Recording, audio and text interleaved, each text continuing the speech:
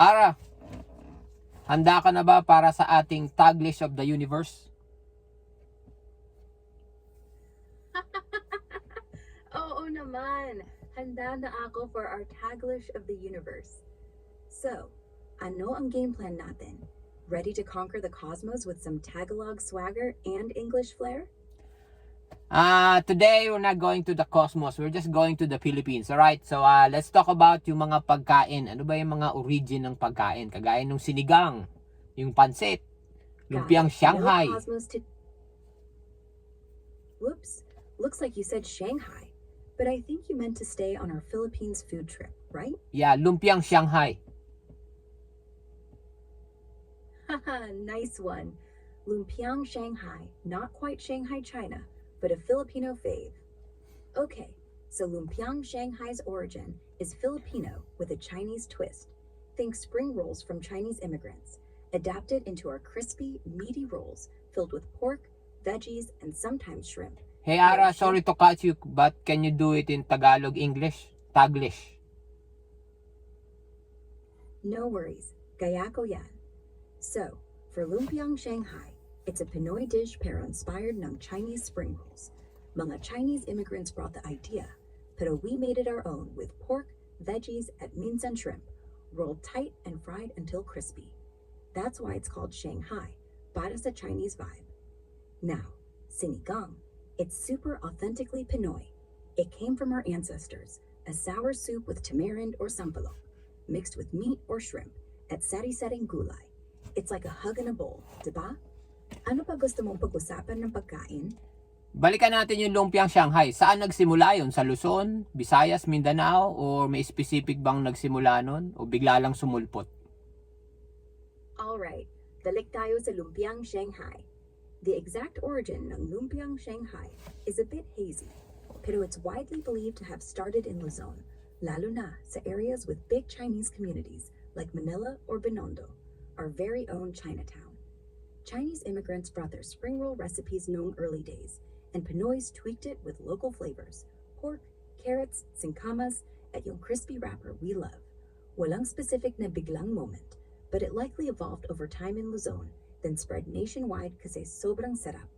Want me to dig deeper into any region or another dish? Lumpiang Shanghai pa rin. Anong year yon? Mga 1500, 1600, o 1800?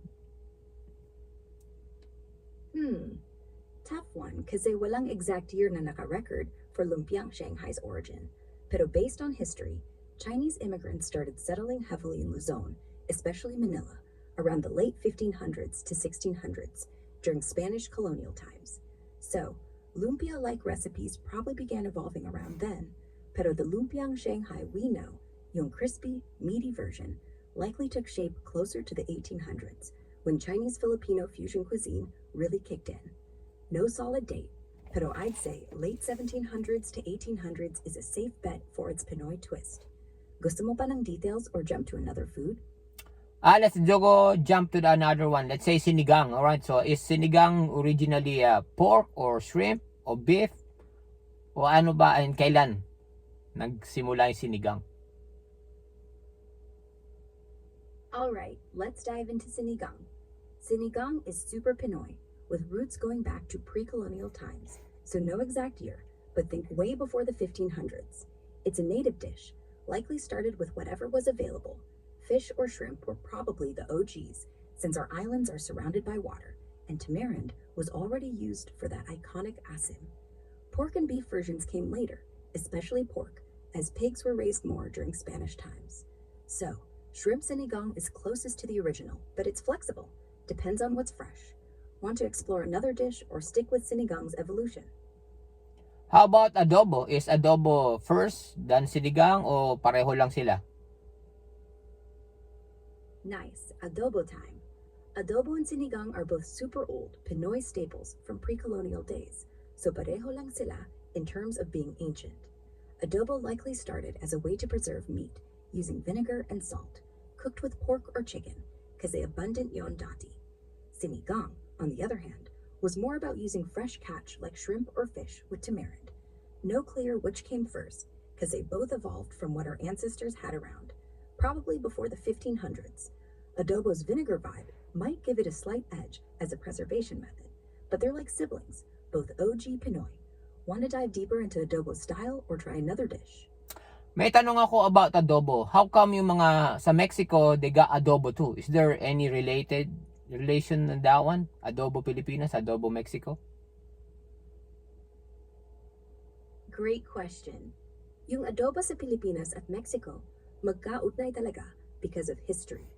During Spanish colonial times, from the 1500s to 1800s, the Manila Galleon trade connected the Philippines and Mexico. Our Pinoy adobo, yung pork or chicken cooked in vinegar, soy sauce, garlic, and bay leaves, was already a thing pre-Spanish, rooted in our local way of preserving food. When Spaniards saw it, they called it adobo because they reminded them of their own marinating techniques. In Mexico, their adobo became a spicy, chili-based sauce or marinade, influenced by native ingredients like chilies, which was different from our soy vinegar mix.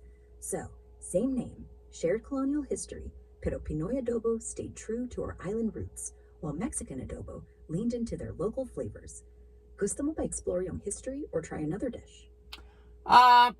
Therefore, yung adobo ng Pilipinas, nakuha ng Spanish, dinala nila sa Mexico. So, tayong original na adobo. Exactly. Gets mo.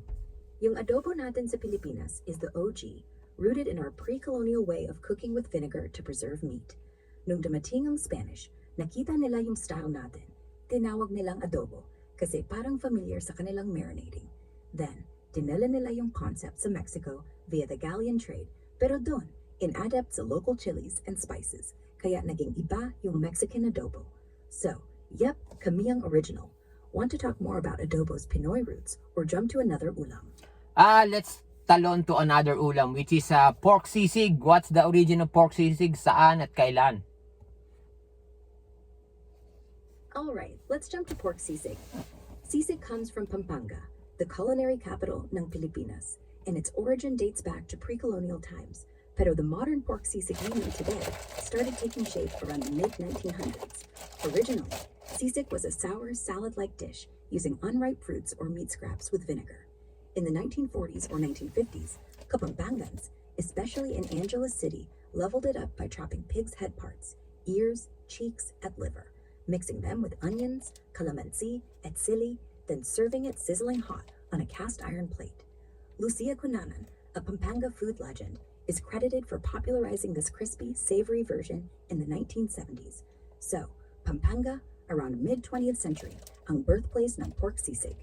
Gusto mo pa malaman about sisig or try another ulam? Bakit naman yun yung meat na ginamit nila, yung head, yung pig's head, tapos yung face, yung ears, bakit yun ang ginamit nila, not the good part?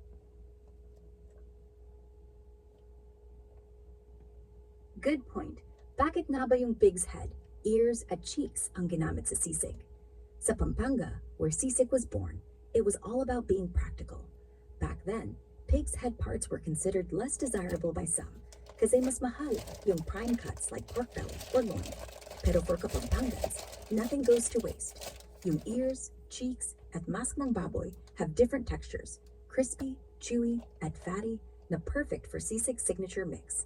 Plus, these parts were cheap, abundant, and packed with flavor kapag inihaw or pinirto, lalo na with calamansi and spices to jazz it up.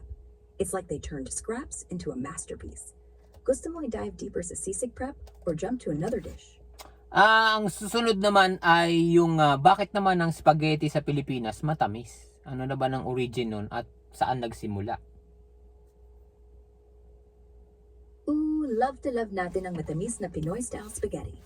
The sweet spaghetti we know started in the Philippines around the mid-1900s, heavily influenced by American presence post-World War II. Italians brought spaghetti, but Pinoys made it our own by adding sugar and banana ketchup. Yep, banana ketchup to the sauce, giving it that iconic sweet tangy taste. This likely kicked off in urban areas like Manila, where street vendors and carnicerías adapted spaghetti to local palates, using affordable ingredients like ground meat, hot dogs, and sweet condiments. The sweetness caters to our love for malinamnam flavors, turning it into a party staple. Want to dig more into why we love it sweet or explore another ulam? Last one na to para hindi tayo masyado mahaba. yung ano naman, yung inasal, yung inihaw na baboy, inihaw na manok, ano ba ang origin ng yan? Inasal o inihaw? Kasi alam ko inihaw eh. Alright, last one. Let's make it quick. Chicken inasal, yung iconic na inihaw na manok, comes from Bacolod in the Visayas, specifically gaining fame around the mid-1900s. Inasal is a style of inihaw, but it's special, marinated in calamansi, lemongrass, and annatto for that orange glow and smoky, tangy flavor. Inihaw itself is super Pinoy, pre-colonial pa, just grilling meat over fire. But inasal, Bacolod perfected it, turning basic inihaw into a flavor bomb with their marinade and basting. So, inihaw is like inihao's fancier cousin, born in Negros. Done na, or want a quick bonus dish? I'm done. Alright, so do you have anything to close this one, Ara? Haha, sige, tapos na ang food trip natin. Just wanna say, ang sarap ng Pinoy ulam. From adobo to inihaw, each one's got a story that's so us. Thanks for the chika, and if you're craving more food talk or anything else, you know where to find me.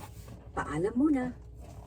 Alrighty, my name is Quake and this is Taglist of the Universe. Alrighty, maraming salamat and hope to see you on the next one. Right, Ara?